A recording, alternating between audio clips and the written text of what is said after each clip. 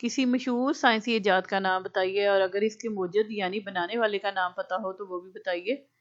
اب آج کل تو سب سے زیادہ ہے جو وہ ٹیلی فون تھا پہلے تو گراہم بیل نے بنایا تھا، اسی طرح جو ہے بلب وغیرہ ایڈیسن نے بنایا تھا۔ اب مشق کرتے ہیں، پڑھیے، معنی کی سمجھ اور درست تلفظ کے ساتھ سبق کی بلند خوانی کیجیے۔ آگے ہے خاص الفاظ۔ سبق میں دیے گئے خاص الفاظ کے معنی کتاب کے آخر میں دی گئی فرہنگ سے دیکھ کر کاپی میں نقل کیجیے۔ یہ بھی کر لیا ہے۔ معروضی سوالات درست جواب کے دائرے کو پینسل سے بھریے اور خالی جگہ میں لکھیے۔ ڈاکٹر سلیم الزمان صدیقی، پہلا جو ہے ڈاکٹر سلیم الزمان صدیقی کس کے میدان میں تھے؟ سائنس کے میدان میں اعلیٰ مقام رکھتے تھے۔ دوسرا ہے آپ نے، اور تو یہ آپ اس کو کلر کر کے اس کو یہاں پہ لکھ دیں گے، آپ نے ابتدائی تعلیم لکھنؤ، یہاں اس کو کلر کریں گے، یہاں لکھ دیں گے لکھنؤ سے حاصل کی۔ آپ تیسری دنیا کی سائنس اکیڈمی، سائنس اکیڈمی کو کلر کر کے یہاں پہ لکھ دیں گے، بنیادی رکن بھی تھے۔ سائنسدان ہونے کے ساتھ ساتھ آپ مصور، یہ رہا، اس کو یہاں پہ کلر کر کے اور یہاں پہ لکھ دیں گے، مصور اور شاعر بھی تھے۔ وزیر اعظم لیاقت علی خان، اس کو کلر کر کے یہاں پہ لکھ دیں گے لیاقت علی خان۔ اسی طرح آپ آخری والے یعنی اس میں آ جائیں چھٹے میں، تو اس میں ہے 1920،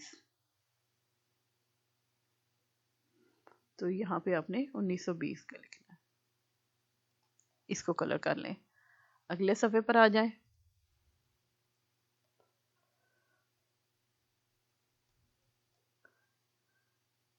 دوسرا سوال ہے خالی جگہوں کو درست الفاظ سے پر کیجیے۔ پہلا ہے پاکستان میں بہت سے عظیم سائنسدانوں نے بہت سے اہم کام کیے ہیں۔ دوسرا ہے ڈاکٹر سلیم الزمان صدیقی کی سائنسی تحقیق سے سائنسی دنیا میں کئی انقلابات آئے۔ تیسرا ہے انہوں نے ابتدائی تعلیم لکھنؤ میں اردو اور فارسی زبان میں حاصل کی، لکھنؤ۔ علم کیمیا کے علاوہ انہوں نے فلسفی میں بھی ڈاکٹریٹ کی سند حاصل کی۔ انہوں نے 65 سال تک مختلف قسم کے گھریلو پودوں پر تحقیق کی۔ آگے خوشخطی، سبق کے پہلے اقتباس کی خوشخطی کیجیے اور املا کی تیاری کیجیے۔ اگلا ہے سوال جواب، سوالوں کے جواب اپنی کاپی میں لکھیے۔ ڈاکٹر سلیم الزمان، پہلا ہے ڈاکٹر سلیم الزمان صدیقی کب اور کہاں پیدا ہوئے؟ تو اس کا جواب ہے ڈاکٹر سلیم الزمان صدیقی لکھنؤ ہندوستان میں 19 اکتوبر 1897 کو پیدا ہوئے۔ دوسرا سوال ہے انہوں نے کس درخت کی مختلف خصوصیات دریافت کی؟ انہوں نے نیم کے درخت کی مختلف خصوصیات دریافت کی۔ تیسرا ہے ڈاکٹر سلیم الزمان صدیقی کو بہت سے اعزازات ملے، ان میں سے 3 کے نام اپنی کاپی میں نقل کیجیے۔ تو ان میں سب سے پہلے order of British umpire OBE، ستارہ امتیاز، تمغہ پاکستان۔ آگے ہے چوتھا، انہیں یہ سب اعزازات کس وجہ سے حاصل ہوئے؟ یہ سب اعزازات انہیں ان کی انتھک محنت اور قابلیت کی وجہ سے ملے۔ پانچواں ہے پاکستان کے 4 نامور لوگوں کے نام لکھیے جنہوں نے ڈاکٹر صاحب کی طرح اپنے ملک کا نام روشن کیا ہو۔ تو اس میں سب سے پہلے ہیں عبدالستار ایدھی مرحوم، ڈاکٹر عبدالقدیر خان، اسی طرح آپ لکھ لیں ڈاکٹر ادیب رضوی، ڈاکٹر حکیم محمد سعید۔ ٹھیک ہے، اب آگے آ جائیں، دیے گئے الفاظ کو اپنے جملوں میں استعمال کیجیے۔ سب سے پہلا ہے لفظ عظیم، عظیم کا بنا لیں علی گڑھ یونیورسٹی مسلمانوں کی عظیم درسگاہ ہے۔ اہم، ڈاکٹر عبدالقدیر خان کا شمار پاکستان کی اہم شخصیات میں ہوتا ہے۔ اعلیٰ، علامہ اقبال رحمۃ اللہ علیہ کی شاعری اردو ادب میں اعلیٰ مقام رکھتی ہے۔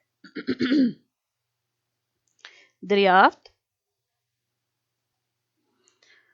تھوڑا مشکل ہے لیکن لکھ لیں، جابر بن حیان نے سونے کے پانی کی روشنائی ایجاد کی جس سے قرآن مجید کی کتابت کی جاتی ہے۔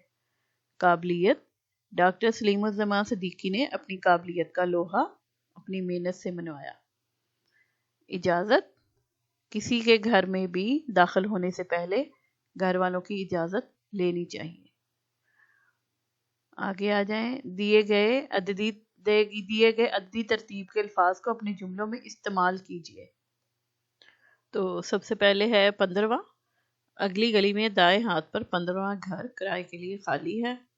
15ویں کے لیے آپ لکھ لیں، اس عمارت کی 15ویں منزل پر گھر بنے ہوئے ہیں، یا ہوٹل بنا ہوا ہے، چلے یہ لکھ لیں۔ 18واں، عبدالہادی نے ماشاءاللہ 18واں سپارہ ختم کر لیا ہے، تو 18ویں سیڑھی تک جاتے جاتے علی کا سانس پھول گیا۔ 19واں کا اس جماعت میں تم نے یہ 19واں قلم توڑا ہے۔ تو 19ویں صدی میں بہت ساری سائنسی ایجادات ہوئیں۔ 22واں، پاکستان میں آئے ہوئے آج مجھے 22واں دن ہے، تو اسی طرح ہے 22ویں منزل تک جانے کے لیے لفٹ موجود ہے۔ اگلے صفحے پر آ جائیں تو یہ ہے قواعد حروف شرط و جزا۔ جب کسی کام کا ہونا کسی دوسرے کام سے مشروط ہو تو جملوں میں حروف شرط و جزا استعمال ہوتے ہیں۔ اگر وہ تیز چلتے تو وقت پر یہاں پہنچ جاتے۔ تو اس جملے میں اگر حرف شرط اور تو حرف جزا ہے، اگر اور تو، ٹھیک ہے۔ حروف شرط و جزا عام طور پر جوڑوں کی شکل میں استعمال ہوتے ہیں، جب اور تب، جیسے اور ویسے، جوں اور تو۔ 7واں ہے، دیے گئے جملوں میں حرف شرط و جزا کے نیچے خط لگائیے۔ پہلا ہے، اگر تم جلدی آنے کی کوشش کرو گے تو میں بھی وقت پر تیار رہوں گا، تو یہاں پہ اگر کے نیچے آنا ہے، اور تو یہاں پہ۔